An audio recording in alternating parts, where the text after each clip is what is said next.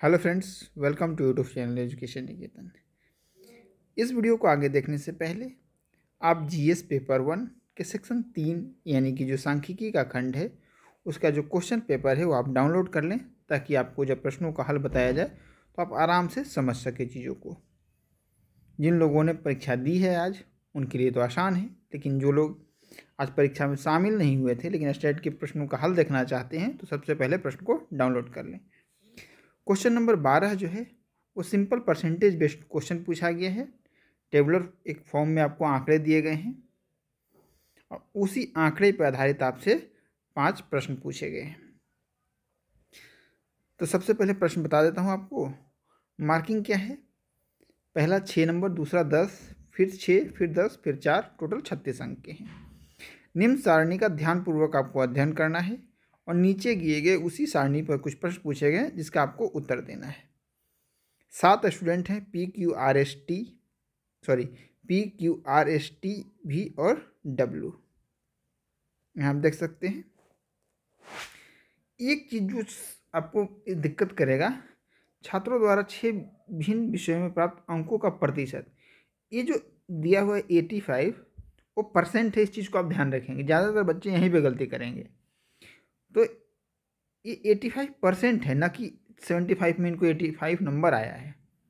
ठीक है, और यहीं से आपको क्वेश्चन को पकड़ना है। अगर आपने इस चीज़ को पकड़ लिया तो जब मैं आपको सॉल्यूशन बताऊंगा तो बेहद आसान होगा। अब देखो, पहला प्रश्न है, आर द्वारा प्राप्त सभी 6 विषयों का एक साथ कुल अंक प्रतिशत ज्ञात कीजिए। कुल अंक आपको क्या करना है? प्रतिशत ज्ञात करना है। ये जो आप सॉल्यूशन देख रहे हैं वो दीपांकर सर के द्वारा तैयार किया गया है। एजुकेशन निकेतन की जो टेस्ट सीरीज चलती है उसमें डीआई का जो पूरा सेक्शन होता है वो दीपांकर सर ही देखते हैं। अब देखो, सिंपल है। प्रश्न आपको दिखाया था, R marks in total 6 subject. R ने कुल 6 विषयों में जो अंक प्राप्त किए हैं। देखो सिंपल है, हमने क्या किया, परसेंटेज हमें प्राप्त है, सीधा सीधा हमने मल्टीप्लाई करके ऐड कर दिया। आंसर आपके सामने है। रिक्वायर्ड परसेंटेज कितना हो जाएगा? तो अंक कितने प्राप्त हुए हैं? इतने। टोटल अंक कितने थे? 600। परसेंटेज कितना आया? 73.75%। अगला प्रश्न देख लेते हैं। जो दूसरा प्रश्न है वह है कि विषय BDE में एक साथ P द्वारा प्राप्त अंकों का और उन्हीं विषयों में यानी कि BD और E विषयों में T द्वारा प्राप्त अंकों का अंतर ज्ञात करना है आपको। देखो, बहुत शॉर्टकट तरीके से बनाया गया है इसे। P के जो प्राप्त हैं और T के दोनों को माइनस करना है और वही अंतर आपको ज्ञात करना है।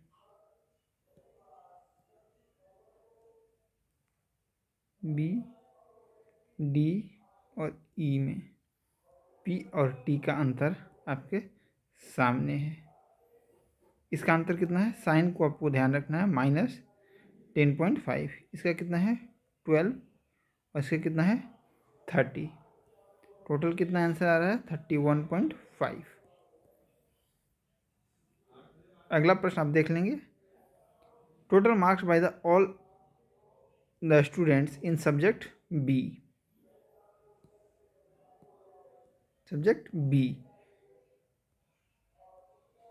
कितना हुआ? 750। एवरेज मार्क कितना हो जाएगा? कितने स्टूडेंट हैं? 7 स्टूडेंट हैं। टोटल मार्क कितना है? 750 डिवाइडेड बाई 7 इक्वल टू 107.14। अगला प्रश्न है, उसका सॉल्यूशन देख लें। Total marks in subject C by all the students. Simply हमने निकाला, ये नंबर कितना आ रहा है? 557। Total marks in subject D by other all students, ये कितना आ रहा है? सिंपली आप कर लें 282.5। अब एवरेज परसेंटेज ऑफ C कितना था? 547 डिवाइडेड बाई 700 मल्टीप्लाई 100 कितना है 78.14%।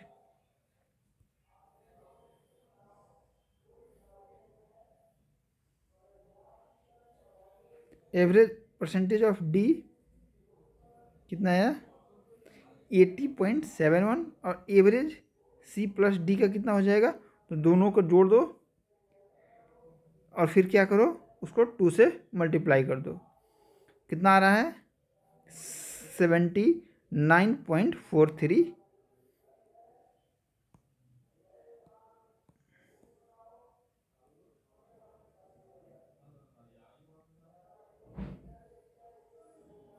Total marks in subject F कितना आ रहा है 291.5।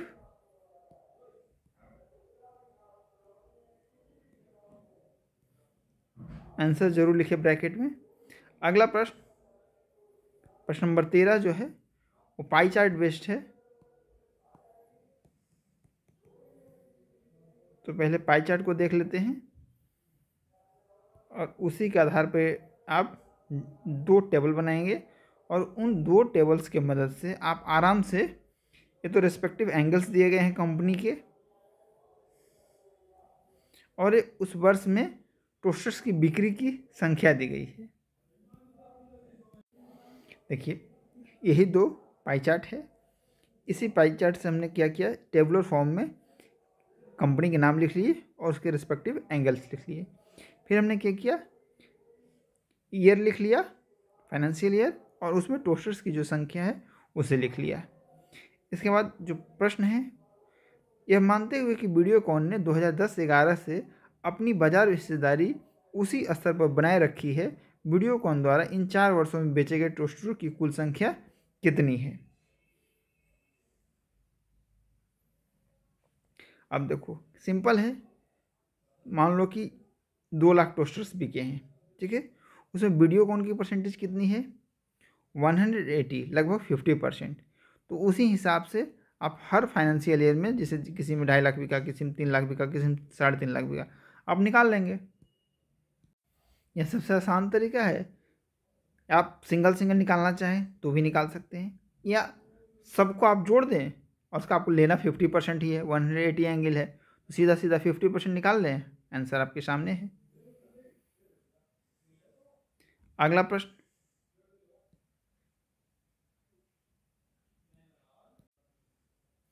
यदि 2012-13 में बीपीएल की बाजार हिस्सेदारी 7% थी, तो 12-13 से 2013-14 तक बीपीएल द्वारा बेचे जाने वाले टोस्टरों की संख्या में क्या परिवर्तन हुए। सिंपल है, बीपीएल का आपको निकालना है। 12-13 में आपने निकाल लिया, कितना है 21,000। 13-14 में आपने निकाला, कितना है 17,500। बदलाव कितना हुआ 3,500। आंसर आपके सामने है। महाराजा की बिक्री 2013-14 में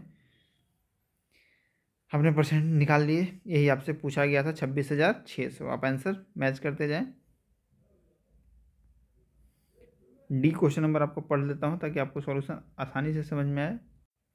यह मानते हुए कि बेचे गए टोस्टरों की संख्या 2014-15 में उसी दर से बढ़ती है जैसे उसकी 2012 से 13 फाइनेंशियल ईयर से 13-14 तक की थी, और साथ ही यह मानते हुए कि टीवीएस ने अपनी बाजार हिस्सेदारी बनाए रखी है। टीवीएस की बाजार हिस्सेदारी कितनी है 18%। उसकी रेस्पेक्टिव हम परसेंटेज निकाल लेंगे।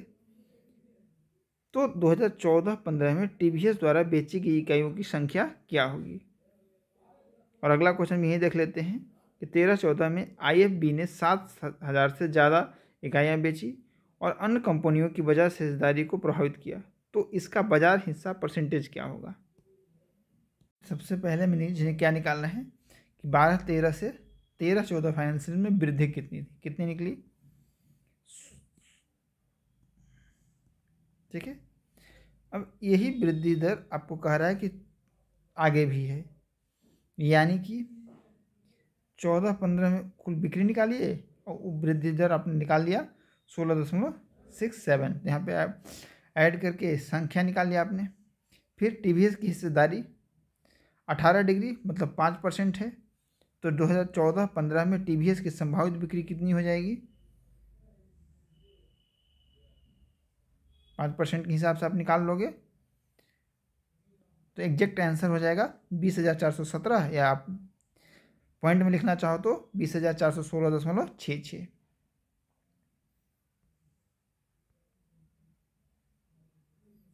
और सबसे लास्ट प्रश्न है, उसका कितना आंसर आएगा? 12%। तो ये रहे 2 प्रश्न जो कि सबसे आसान थे और आपको करने चाहिए, क्योंकि इन दोनों प्रश्नों में आपको सबसे कम समय लगता है। कुछ छात्रों ने क्वेश्चन नंबर 13 और 14 भी किया है। तो ये डिपेंड करता है कि आपने किस तरह के प्रश्नों को चुनने का निर्णय लिया। अगर आपने सारणी और पाई चार्ट के प्रश्नों का चुनने का निर्णय लिया है तो उसके लिए 2 प्रश्न सबसे अच्छे थे।